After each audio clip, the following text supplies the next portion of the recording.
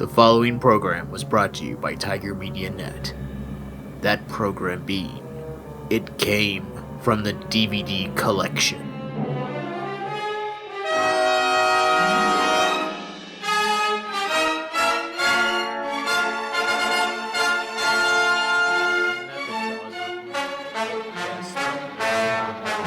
It's like reverse Moby Dick, where the guy, he kills the orca's girlfriend, and then the orca wants revenge on him. Oh, wow, that sounds like something. Yeah, so it's a Oh, wait, we're recording now. Whoops. Hello, and welcome to the podcast. My name is John Billinger, and this is... I'm Connor Keating. And today, we will be reviewing Green Slime! Yes, Green Slime. Right? Yep. There's a very famous... The theme song for this movie is very famous, but I don't think we'll be allowed to play it at all because we will get flagged for copyright. Yeah, just insert it. Just a little. I think, what is it, like 30 seconds? Can you do 30 seconds? I don't really want to test it out. I think that there's a minimum time limit. It's not our YouTube channel anyways. Well, yeah, but if they're going to get mad at me if I do that, you know, I'm sorry. We got to look at the copyright on the Green Slime theme song.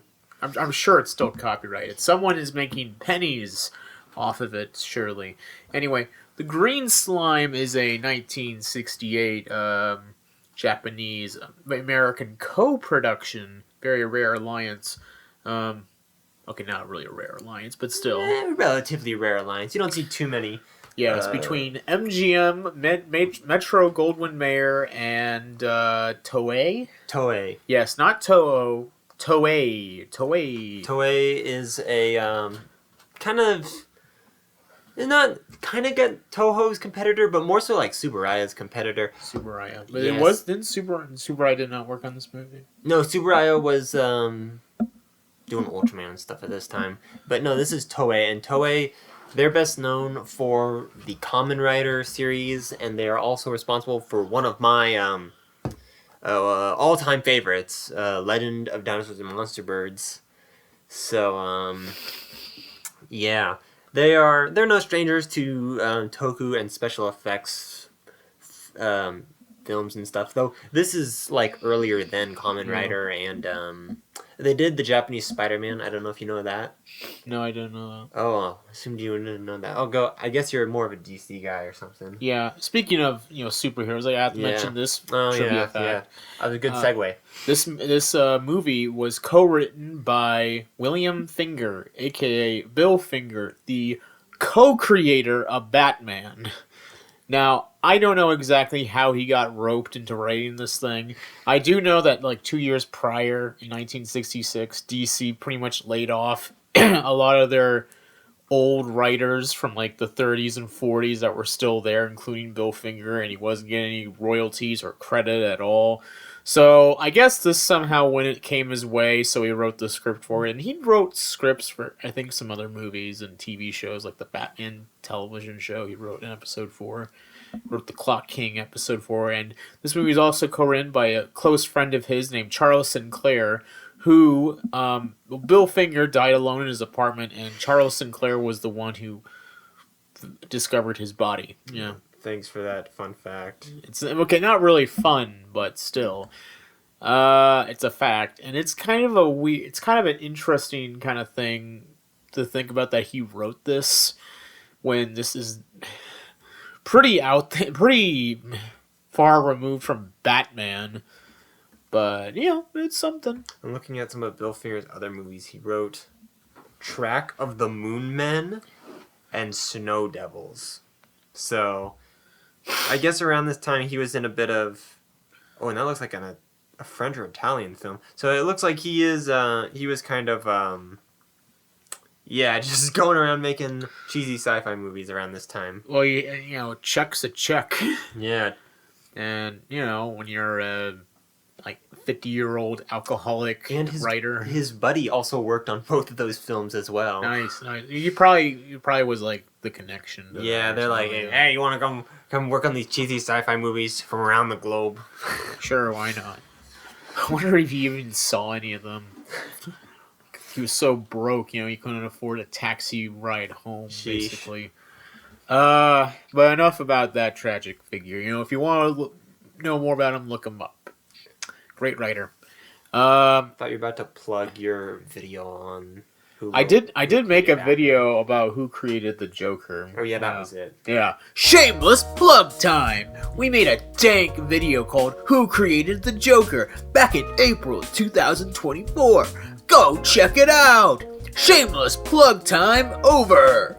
So anyway, let's get on with the movie. Now, what do you think of this? Like, what are your general thoughts on this movie? It's alright. Yeah, it's pretty much alright, yeah. It's a solid cheesy monster movie from the late 60s. Yeah. There really isn't a whole lot to say. It's a good fun We had more movie. to say about Bill Finger Yeah, than it's a fun movie to riff on, to be honest. this was the first movie that was ever riffed by Mystery Science Theater 3000. Though apparently that episode's in a bit of copyright limbo, you said. Yeah, like I could look it up real quick. You go ahead. Yeah, so should I go into the plot for the film? Yeah, sure. Sorry. So, the plot is basically Gorath. So there's a planet. Oh, I'm sorry. What's the more popular Asteroid. one? No, Armageddon. Armageddon. It's Yeah, like that's the movie one. Armageddon. So there's like an asteroid coming towards Earth, and they gotta blow it up before it hits Earth, right? So they go to this planet, they land on it, and they find this green slime crap all over the asteroid. And it gets on one of their suits, they bring it on the ship, and then suddenly it starts turning into a monster that's then loose on the ship, and from there it's pretty much just, oh, we gotta kill this thing. But then, when they shoot it, it bleeds, and then its blood turns into more of the creatures. And so it's got kind of, an interesting way of reproducing that's scary, that makes it so they can't, like, just, go guns a-blazing at these things. They gotta be, like, a bit smarter about how they, deal with these creatures. And, that's pretty much the plot. It's very simple movie. Basically, Alien ripped off this movie Yeah. big time. Pretty much. And also I looked up the Mystery Science Theater 3000 thing. So this movie was actually used for the pilot episode of Mystery Science. So Basically, episode 1. It was basically never aired. Okay. In fact, they didn't even riff the whole movie. They only the unaired pilot episode was only 14 minutes long, and basically they only riffed segments of the movie, and then like they had shenanigans for the rest of it. Okay. So it's not they didn't riff the full movie, but they riffed parts of it. They should really do that in like the new season. Honestly, I'm kind of surprised that the actual show isn't just them riffing little segments, because I don't know. That was just something whenever like I saw Mystery Science Theater on YouTube as a kid. It's like how could you have this show where each episode's like an hour and a half long, because you're riffing essentially full movies. Well, I mean, it's an edited down version. Oh, of they the do movie. edit them down a bit? Yeah, they have to. Okay. And for like commercials and stuff Yeah. like that. But it's still like they leave like the essential plot intact anyway. It's very odd how they do it. Mm-hmm. But they should really do it again. They should bring it back. Do green slime. Yeah. Return to the roots of the problem. So, anyway. So, what do you think of the story? It's alright. It's a very simple, sort of alien attacking a spaceship story. I do like that we get an interesting monster sort of concept, because that's kind of the cool thing about a lot of the more popular aliens these days. You got the xenomorph, and then you got the crazy life cycle, acid for blood, all that stuff. The Predator, he's got a cool thing where he's like a space hunter. And then you got these guys who've got kind of their own unique sort of biology, where it's like, oh, you can't shoot them because they bleed, and then they produce more of them out of their blood. So it's kind of got an interesting thing there. Oh, yeah. I mean, I liked it because, yeah, it's like you can't kill these things because then multiple will show up. Yeah. It's like a Hydra type thing, which is an interesting concept for a monster.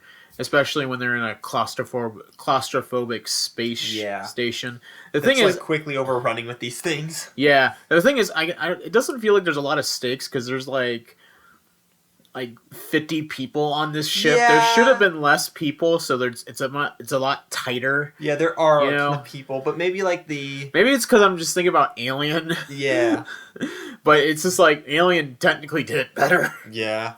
No, There are certainly better, newer, better movies that do this a similar premise, but for the time, it's It's fun. yeah, it's fun. It's fun, but there are parts of the movie where it is really slow, where there's not a lot of stuff happening, Mhm. and it's kind of like, oh god, can we just get on with it? Oh man, I can already tell this is gonna be a short episode. Well, yeah, because there's not as No. much to talk about.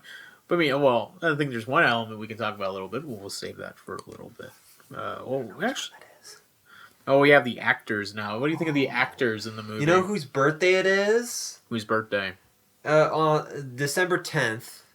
Not only is it my mom's, but it's also the second main guy. That Dunham guy? No, not Robert Dunham. He's a side character. No, Dr. Tarantino? Richard Jackal. He's the guy from Dirty Dozen. You don't know that though. But he's the second main guy, right? So you had Yeah. that main guy who kind of looked like John Cena, and then you had this other guy who's kind of balding. Yeah. Yeah, that's the guy whose birthday is coming up. Oh my god, and I think he went from the Dirty Dozen to this. Yeah. Amazing. Actually, was Dirty Dozen before this? And then there were some other minor actors in the movie. Wow. Yeah, he did do Dirty Dozen and then went to this. That's hilarious. Well, then there's the minor actor that in this movie that you noticed. Robert Yes, Dunham. Robert Dunham. I was about to say, I just saw that. Sorry, the Richard Jackal guy. He went from Dirty Dozen to Green Slime to Latitude Zero. So quite the roller coaster there. It's like, whee! Yeah. So yeah, then you have Robert Dunham, who is a pretty much no-name actor, but I immediately recognized him because he is a side character, like side background character. He's the American guy in a lot of the Toho, Godzilla, and monster movies. He does have a big role in Dagora. He's like the secondary main character in that. And he's the leader of the Toga people in Godzilla vs. Leader of the Megalon. Toga people in Godzilla vs. Megalon. He's in Mothra, and he's in Mothra vs. Godzilla. I'm not quite sure what his role is. He's probably just like a background character in those films, but If you could, well, maybe in Yeah. Mothra, he's like one of the Rosylian people. yeah. And I don't know, if you could see me, audience, you'd see me shaking my head. Because I just find it funny. And there's also the doctor in the movie. Yeah. There's like the lead scientist in the movie who looks exactly like Quentin Tarantino. We were It was so weird. a lot of jokes from that guy. It was amazing. But what do you think of the characters in the movie? I mean, they're all pretty They're stock. very stock and passable characters. We've got kind of this like main guy who's got some sort of, I don't know, troubled past, kind of. They don't really They explain. don't explain much. He's very angry, like the Quentin Tarantino guy at one point. He picks up, he puts the slime in this container, right? And, of course, yes, it's a monster movie. You say, oh, don't put the green slime in the container. But let's be real. You find a walking or green, like slime. Like the slime is moving around. So you they need put it, to capture it and experiment on it. but instead the main guy, he's like, what the heck are you doing? He picks it up, throws it on the ground, and then let's get out of here. And of course, when it splashes, it gets on people, and that's how it ends up on the ship.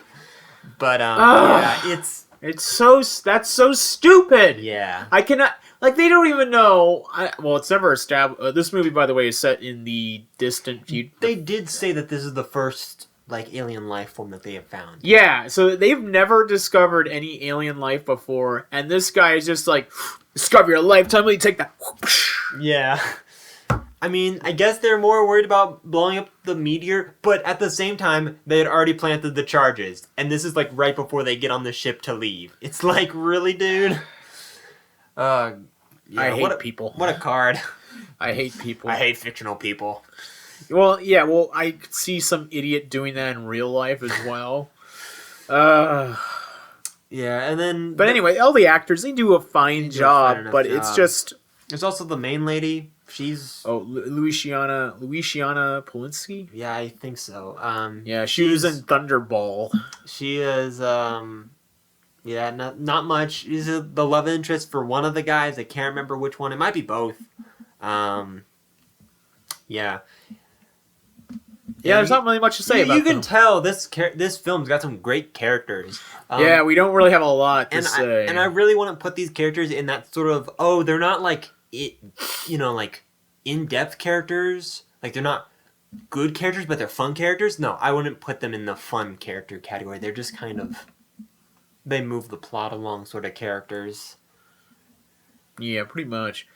Then we got the effects, and the effects I actually think are pretty solid in this movie. Probably the highlight. Of There's some bad blue screen here and there, but you do see some strings, but not a lot. Not surprisingly, a lot of strings. I was actually impressed with the monsters. They've got these tentacles that are very much waving around, and you can tell, like, I don't know. It's like you can tell, yeah, they're being suspended by strings, but you don't see the strings, and they're in these very tight corridors where it's hard to like it's kind of impressive like how they were able to like essentially control these within these tight hallways. It's impressive in that sort of aspect where you just like can't figure out where they put the effects guys to do that. Yeah, I mean it's very good effects. We should for probably, the time. we should probably talk about the suits. They've got a ton of suits for the green slime creature. Yeah, but it's like a bunch of tentacle monsters basically. I actually dig the design. It's a very Hedorah sort of design. I won't be surprised if this inspired Hedorah. It reminded me of Gazora from Yog Monster from Space, or and Space that was Amoeba also after this. Though I doubt it was the inspiration because squids.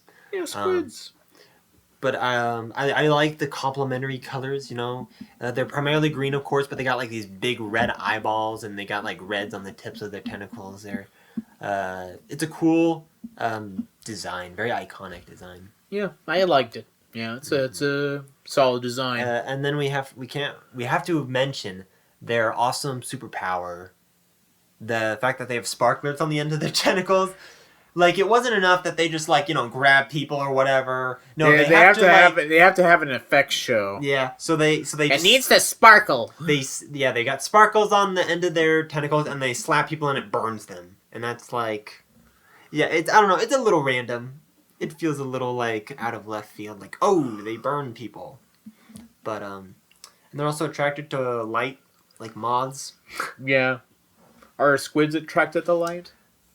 Actually, I think maybe. I think that might be a thing. Maybe they took that from that. Yeah, they're not very squid-like, though. I mean, these guys, they got tentacles, but they're more plant. Yes. So would you recommend the green slime? Oh, we're already at the end? We don't really have a lot to talk about with this movie. It's kind of like Land Unknown in that regard. I think a Land Unknown, though, we had a lot to complain about, whereas this, it's like there's nothing. It's average. Yeah, there really isn't, like, anything wrong. It's slow. Characters aren't that great, but it's got some, there's some fun action scenes. The effects are solid for the time. Great soundtrack. Green slime! Yeah, fantastic theme song. Which we can't play. Yeah, just look it up. It's on YouTube. Green slime theme song. It's in the trailer. Yeah, it's just it's a fun time, but I would definitely say you probably want to get some friends or family to watch this with because it's a little get some alcohol. Just get a whole lot of crazy. Have a crazy party and watch this movie basically. Yeah. But what rating would you give this movie out of 10? 5 out of 10. I'd give it a 6 out of 10. Just an average movie. Yep. Okay. Unlike the next movie that we're gonna watch. Oh yeah. Well, the next two movies are gonna be a real punch to the nostalgia gut. Yeah. We have two movies that, well, one I've never seen before, and the other one have seen many years ago. We're gonna say what that one is for next week. I don't even know what that second one is, but I know what the first one is. The first one is Peak. Girl versus Monster or something like that, which is a Girl Disney vs. Channel Monster. original movie Connor told me about this, and I was like, you know what? Yeah. Why not? I think the funniest part is we were talking about green slime during the meeting at the Tiger Media Net meeting, and then that led to a conversation about like Nickelodeon, of course, which led to talking about just Nick and Disney sitcoms, which then led to Girl vs. Monster, and he's like, all right, fine, we're reviewing that. I just thought that'd be a fun one to do. We could be doing something else. We could be doing a Godzilla movie. I've got a whole shelf, but no, he's like, nope, we're reviewing Girl vs. Monster. Because you brought it up. I brought up Girl vs. Monster. And then the next one, should I mention what the next one after What that? is the next one? I don't even know what it is. Fred 2, Night of the Living Fred. Oh, I forgot we decided to do that. We're doing that. Oh, man, we could be watching Shin Ultraman or Lake Michigan Monster, but no. Or instead- Revenge of the Creature, which was one we were going to do at some point. The Blob and the Blob. Or The Thing. But no, we're watching Girl vs. Monster and then Fred 2, Night of the Living Fred. Night of the Living Fred. Dun, dun, dun. Oh, man, this is going to suck. Should we do it as like a double feature? No, I don't think I can do that. I think there's so much to talk about with each one. That would be like a 2-hour-long video, you gotta understand. So we gotta split it up. Yeah, we'll see if they're actually an hour each. Well, anyway, that's enough for today. Get hyped! And you have anything else to say to the audience? Nope. Okay, well, so long!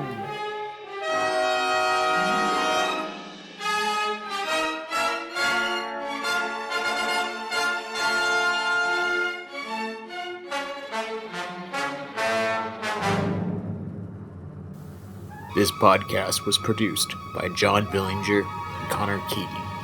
The movie covered, The Green Slime, is the property of MGM. This has been a Tiger Media Net production.